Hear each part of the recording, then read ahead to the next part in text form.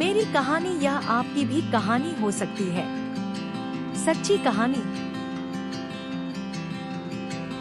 मेरा नाम प्रतिभा है। जब मैं 5 साल की थी तो मैं अक्सर बिना किसी कारण के रोती थी। मेरे माता पिता मुझे डॉक्टर के पास ले गए। डॉक्टर ने जवाब दिया कि मैं ठीक हूँ और कहा कि मेरे माता पिता को मुझ पर नजर रखने की जरूरत है। उन्होंने अपनी तरफ से हर संभव कोशिश की और मुझे खुश रखने के लिए हर संभव सुविधा प्रदान की। लेकिन जब मैं 12 साल की हुई तो हालात इतने खराब हो गए कि मैंने उनसे संपर्क करना बंद कर दिया और रात में रोना शुरू कर दिया, क्योंकि मैं अंदर से बहुत खाली महसूस करती थी और जीने के बजाय मरना चाहती थी। मेरे माता पिता का परिवार लगभग 8 लोगों का था और हर सप्ताहांत उनके घर मेहमान आते थे। हिंदू परिवार से होने के कारण मैंने लगभग हर दिन धार्मिक अनुष्ठानों के लिए अपने घर के पास के मंदिर में जाने का फैसला किया। एक दिन मैं पास के एक चर्च में गई, क्योंकि मैं किसी भी रूप में भगवान की तलाश करने के लिए दृढ़ थी और वहां खोज शुरू कर दी। लेकिन मुझे नहीं पता था कि प्रार्थना कैसे की जाती है। मुझे बहुत शांति महसूस हुई। चर्च में लोग एक स्वर में प्रार्थना करते थे, भगवान को पिता कहते थे। हालांकि मुझे लगता था कि भगवान केवल स्वर्ग में मौजूद है, इस दुनिया से बहुत दूर। मुझे सर्वशक्तिमान के साथ एक गहरा संबंध और करीबी रिश्ता महसूस हुआ। मैं मंदिर और कभी-कभी चर्च जाती रही, जबकि मेरी समस्याएं अभी भी बनी हुई थी। मैंने प्रार्थना करना जारी रखा, भगवान को स्वर्ग में पिता कहकर संबोधित किया, क्योंकि मेरा मानना था कि सभी भगवान एक हैं और यह धर्म ही है जो भगवान को विभाजित करता है। यह कुछ महीनों तक चलता रहा और मेरे माता पिता मेरी लड़ाई से अनजान थे, क्योंकि मैं उनसे अपने दिल की बात कहने से बचती थी, क्योंकि वे बहुत तनाव में थे और व्यस्त थे और मैं अपनी समस्याओं से अकेले ही जूझती रही। धीरे धीरे चींटी के टीले जैसी समस्या पहाड़ में बदल गई और बहुत बड़ी लगने लगी। भगवान से मिलने की मेरी इच्छा कम होती जा रही थी और मैं उम्मीद खोती जा रही थी। तभी मैंने सोचा कि मैं आखिरी बार कोशिश करूंगी कि भगवान को मेरी मदद करने के लिए 6 महीने का समय दूं। लेकिन मेरे दिमाग में यह बात पहले से ही थी कि अगर वह मदद करने में विफल रहे तो यह पुष्टि हो जाएगी कि किसी भी धर्म में ऐसा कोई सर्वोच्च ईश्वर नहीं है जैसा कि कुछ लोग मानते हैं। मुझे डर था कि चीजें मेरे नियंत्रण से बाहर हो जाएंगी और मेरा जीवन खतरे में पड़ जाएगा। मैं उस समय स्कूल में 8वीं कक्षा में थी और जल्द ही बहुप्रतीक्षित गर्मी की छुट्टियां शुरू हो गयी। मैं देर से उठती थी, जैसा कि हर बच्चा अपनी छुट्टियों के दौरान करने की उम्मीद करता है। एक दिन मैं हमेशा की तरह देर से उठी और फिर से खालीपन और अंधेरे को महसूस करने लगी और फिर से सोने के द्वारा इससे निपटने का फैसला किया, क्योंकि इससे मुझे कुछ राहत मिली।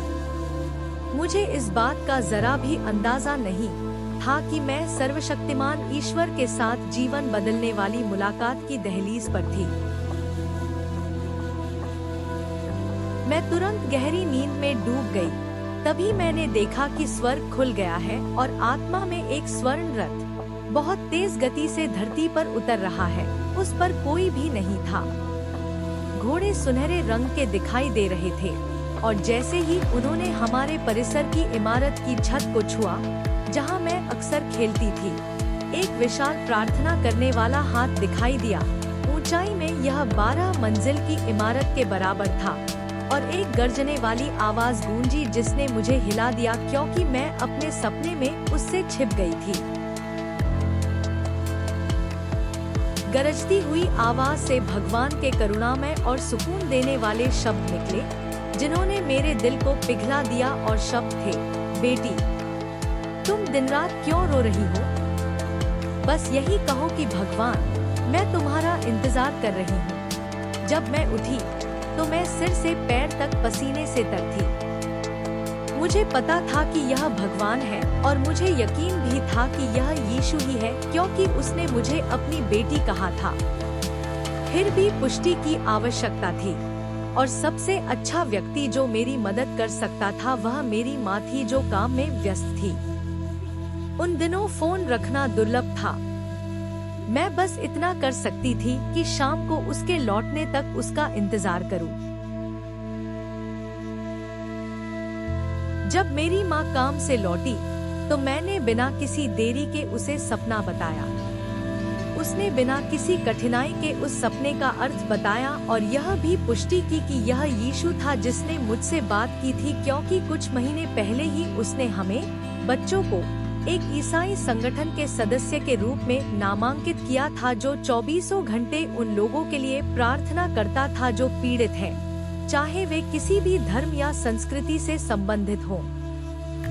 वे केवल यह देखना चाहते थे कि लोग जो अपनी प्रार्थना अनुरोध भेजते हैं, केवल भगवान के पास अनुरोध करके अपनी परेशानियों से मुक्ति पाएं और लोगों के धर्म को बदलने में कोई दिलचस्पी नहीं रखते थे, जैसा कि कुछ लोग सोचते हैं, जो वास्तव में भगवान की नजर में महत्वहीन है। प्रार्थना करने वाला समूह कई बार रोता और प्रार्थना करता था जैसे कि वे उन लोगों के साथ पीड़ित हैं, जिनके लिए वे प्रार्थना कर रहे थे, जो बीमारियों और विनाशकारी तत्वों के शिकार थे। वे अच्छी तरह से जानते थे कि उनका एकमात्र दुश्मन शैतान था, जिसने उन लोगों के माध्यम से परेशानी पैदा की जो किसी न किसी रूप में दुनिया भर में परिवारों में विभाजन या संकट पैदा करने में व्यस्त है। मैंने अपनी माँ से सच्चाई सीखी कि मेरे जन्म से पहले ही उन्होंने एक रेडियो चैनल के माध्यम से मानव जाति के लिए यीशु मसीह के प्रेमपूर्ण बलिदान को सुना और कुछ साल पहले गंभीर जीवन धमकाने वाली लड़ाइयों से मुक्ति पाई। क्रूस के संदेश ने उनमें जीवन का संचार किया और उन्हें बचाया। उन्होंने पहले मुझे यह बात नहीं बताई थी, क्योंकि उन्हें लगा कि इसे साझा करना अनुचित होगा। इसके अलावा उन्होंने मुझे यह भी बताया कि मैंने जो बड़े हाथ देखे वे इस ईसाई संगठन के प्रतीक यीशु के हाथ थे, जो हर सदस्य के साथ साथ दुनिया के लिए आंसू और मध्यस्थता के साथ प्रार्थना कर रहे थे। मैं बहुत खुश और अभिभूत थी कि इतने शक्तिशाली ईश्वर ने मुझ जैसी छोटी सी बच्ची से मिलना चुना। मुझे यह भी एहसास हुआ कि मैं अपनी समस्याओं से पूरी तरह से मुक्त हो गई थी, क्योंकि मेरे दिल में डर और दुख की जगह भरपूर खुशी भर गई थी। हकीकत यह थी कि मैं कभी अकेली नहीं थी, लेकिन जब मैं अपने संकट और कठिनाइयों में उसे पुकारती थी, तो प्यार करने वाला परमेश्वर मेरी मदद करने के लिए मेरी देखभाल करता था। 1 साल बाद मुझे एक और सपना आया और इस बार मैंने यीशु को एक सफेद वस्त्र में जीवन का मार्ग और मेरी शानदार मंजिल बताते हुए देखा। उसने प्यार से मेरी ओर देखा और कहा, तुम्हें छोड़कर मैं कहाँ जाऊंगा? मेरे जीवन में कई चुनौतियाँ थी, लेकिन परमेश्वर ने मुझे उन सभी से सुरक्षित बाहर निकाला और मुझे मजबूती से खड़े होने की शक्ति दी। चाहे वह चींटी का टीला हो या पहाड़ जैसी परेशानी, बिना किसी पूर्वाग्रह के उसे यीशु को सौंप दे। वह सभी से समान रूप से प्यार करता है, चाहे वह पुरुष हो या महिला, बूढ़ा हो या जवान, बच्चे हो या वयस्क, पढ़े लिखे हो या अनपढ़, अमीर हो या गरीब, कैदी हो या नशेड़ी, हत्यारे हो या व्यभिचारी। वह पाप से नफरत करता है, पापी से नहीं। आओ और उससे मुक्ति खरीदो जो इतनी मुफ्त में उपलब्ध है, बिना एक पैसा खर्च किए, सिर्फ उस पर विश्वास करके। सच तो यह है कि जीवन सुंदर है। ईश्वर की मदद से उसकी रचना की सुंदरता को खोजो। जीत और शांतिपूर्ण जीवन की कुंजी यीशु है। एक छोटी सी प्रार्थना।